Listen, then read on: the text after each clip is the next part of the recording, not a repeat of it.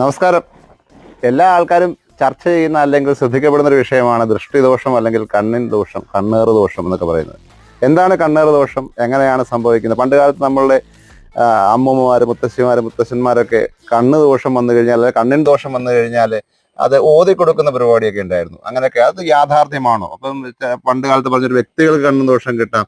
ചില മരങ്ങൾ, കാഴ്ച നിൽക്കുന്ന പൂത്ത് നിൽക്കുന്ന മരങ്ങളെ നോക്കി കണ്ണ് വെക്കുക, അല്ലെങ്കിൽ ദൃഷ്ടി വെക്കുക, ദൃഷ്ടി പതിയുക ഒക്കെ, അതൊക്കെ ചെയ്തു കഴിഞ്ഞാൽ അത് അതിനെ നെഗറ്റീവ് എനർജി ആയിട്ട് ബാധിക്കാറുണ്ട്. അങ്ങനെ ബാധിക്കുമോ, അല്ലെങ്കിൽ അങ്ങനെ സംഭവിക്കുമോ?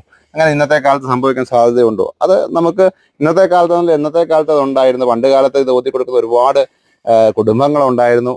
പഴയ തലമുറയിൽ ഒരുപാട് ആൾക്കാരുണ്ടായിരുന്നു. എന്നാൽ ഇത് പലരെയും, വ്യക്തികളെയും, ചിലപ്പോൾ ജോലിയെയും, ചിലപ്പോൾ വൃക്ഷങ്ങളെയും, പൂക്കളെയും മരങ്ങളെയും ഒക്കെ ബാധിക്കുന്ന രീതിയിൽ ഇതുണ്ട്. എന്താണ് കണ്ണിൻ ദോഷമെന്നും, എന്താണ് അതിന്റെ പരിഹാരമെന്നും, എന്താണ് ദൃഷ്ടിദോഷം എങ്ങനെ സംഭവിക്കുന്നുവെന്നും നമ്മളുടെ പുതിയ